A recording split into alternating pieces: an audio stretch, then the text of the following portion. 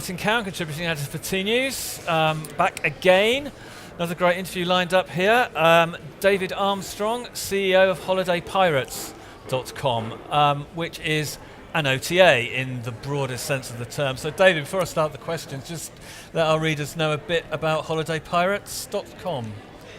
Yeah, so we are not a classical OTA. We are an OTA, but we're something more to that as well. We are a social media-driven travel brand, actually, and go and search for travel deals that no one else really is looking for. We find them and then we publish them, and that's how things work. Okay, so not an OTA in the traditional sense, but in the broadest sense, probably an OTA. Yes, okay, well that's great, because one of the questions that we always ask OTAs of various shapes and sizes is customer acquisition, and you said that you're a social media driven online travel agency. Presumably you've got quite a strong social media side to what you do. So absolutely. Is that your primary source of customers? Yes, absolutely. So we actually do not spend any money in Google Ads or none, zero. So far, we didn't need to. We're lucky enough. What we do is we find these great deals. They are wow deals, awesome deals. And what happens is when we publish them on social media, Facebook and other channels, people like them, people share them, they go viral, and that's how we acquire our traffic, in a nutshell. Okay, that's interesting. There's quite a few things there I'd like to follow up. So one of the things was about finding deals. How do you find deals? Have you got a team manually searching other OTAs and tour operators, or have you got tech partnerships that help you out with that? So it started as a manual business, yes, back in 2011. But we developed algorithms and software that goes and scans databases, interfaces, compares deals, and then suggests these to our editors. The editor decides if it's a deal or not. Then if it is, then they go and write an article to it and then publish it on social media. Okay, so it's almost like, there's an editorial content side to highlighting the deals. And that's key to our success as well, because it's just not like technically publishing things and pushing things randomly to people. It's about being authentic and telling people a story, what to do and why it's a good deal to fly to Buenos Aires or to Thailand or even to Spain. And that's a great part of the work and the success in social media, that people see this authentic content. Okay, so you talked about I get the basic idea is that you come up with these big deals, you post them onto social media, yes, and it gets shared and liked, and it goes viral. So are you in the sort of organic social media space rather than the paid social media space? Because one of the things that we've covered quite extensively on tNooz is Facebook dynamic ads for travel. I mean, is that something that you're looking at as a social media business, or do you prefer the organic, viral nature of social media? Of course, we prefer the organic nature. That's clear. In fact, right now or last year, we only spent 7% of our traffic that we gained through social media was paid. Everything else was organic.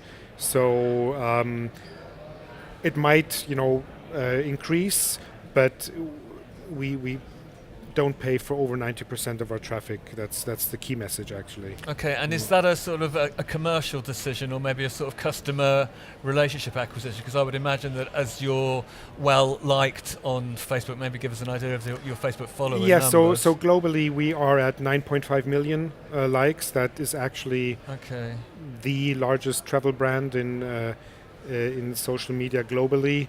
I think only Skyscanner is ahead of us. But that's a different story. So we do have a lot of followers, and that's only Facebook. We also work with Instagram, with Pinterest, and so on. That's clear, with WhatsApp, Instagram, and once you've reached a certain size, of course, it's easier to gain reach, whatever you post. But it's a constant a constant effort to really try to have relevant and good content in there, or on the posts, because if you don't have, you will not get likes, you will not get shares, and then the Facebook algorithm will not see you as relevant content. So that's what we have to keep high, being relevant, and as long as we manage to do that, we get this reach. Okay, so you say you haven't spent a single penny on Google AdWords, and only 7% of your social is paid, but presumably you have a bunch of guys and girls looking at Facebook natural, whatever the organic Facebook algorithms require of you to absolutely. Make sure. So we invest in our resources, in experts, in social media experts, and in our editorial teams in the 10 countries we operate in. And saying that, we live in social media. We by DNA are a social media company. So if we weren't, we wouldn't be successful. Many other companies see social media as a alongside nice to have thing, or having to deal with customer service on social media. We also have that, but we see social media as our driver of the business. Okay. I know I talked to you about where you sourced your inventory from early, but I've made a note to myself here to ask you about your tech partnerships with Kayak and also with the Priceline Partner Network. Now these are two very, very big global tech-based brands. I mean, how do you work with them, and what do they bring to Holiday Pirates? So first of all, the global partnership with Kayak was a very vital one to us.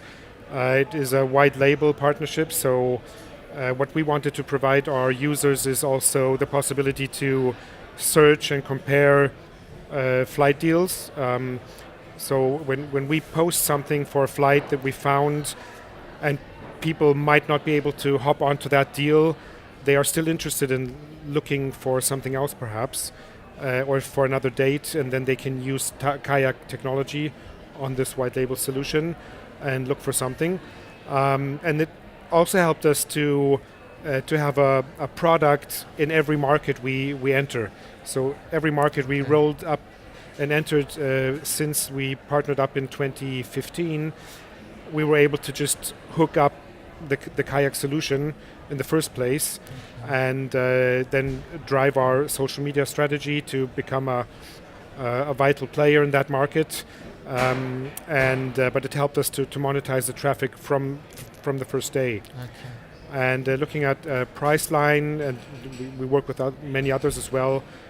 Priceline helps us to have a package or dynamic package product in the US market right now, where you hardly find other solutions. It's mainly dominated by Expedia Click and Mix, more or less. So, yeah. Okay, so the Priceline Partner Network tech is giving you an in to the US. Right. Okay, that's really interesting. Okay. One thing that I really wanted to talk to you as well was I saw an article, I think it was in Real Business, where you did a Q&A around funding and your refusal, if that's not too strong a word, to embrace private equity and venture capital. That's quite a brave decision to have that almost as a company, not necessarily a motto, but as an approach. So in terms of sort of growing the business organically, you started in 2011, you're in 10 markets, you seem to be doing sort of fairly well without having to take the private equity venture capital money. So what was your thinking behind going for organic from day one, and what sort of conversations are you having with those people today? So the first thought was just to bootstrap as long as you can and to see how far you get. And once we saw that we were able to earn enough money to really pay the first salaries and the rents and so on for the office in Berlin, it wasn't really necessary to take venture capital. Of course, like about 3 years ago when we decided to look towards the US, and then we entered the market 2 years ago, exactly in February 2016. Before doing that, we were talking to, growth fund firms and so on, VCs, and we're trying to figure out if we would need external funds to really conquer this huge US market. Yeah. But we decided not to do so, and I'm happy that we did so because we're very successful. It's growing like crazy over there. We're very successful, and so far we're able to. I mean, it's an investment case still. We don't earn money there yet. We invest 7-digit funds year over year in the US, but we see a large potential that the US business will be as large as our European business in 2 years' time. So it's worthwhile. Okay, I mean, but I mean, surely, if we had Jane from C-Trip on earlier. Sure, if C-Trip or one of the other big guys came knocking with silly money, I mean, are you absolutely determined to stay independent, or would there be an offer you just couldn't say no to? I'm just wondering how committed you are to. Never say never. You always be open to everything. That's one of our credos as well. Yeah. We've been talking to large partners all over the world, and figuring out how to look towards even further geographies like South America and Asia, and things are easier if you have a global partner in the back that helps you to enter markets. So those are things that we would see as very beneficial to partnering up with large corporations like that, but in which form exactly, that's something to find out. But right now we're not really looking for funds actually, yeah. Okay, well, that's great. Well, look, David, thank you very much. I really enjoyed. Welcome. Thank you for having me here. Enjoyed doing that. My background into HolidayPirates.com, and also very pleased that I've managed to get through the interview without a single pirate pun. Thank you. Not one. Thanks, okay, bye-bye. Great. Well, that's David Armstrong, CEO Holiday Pirates.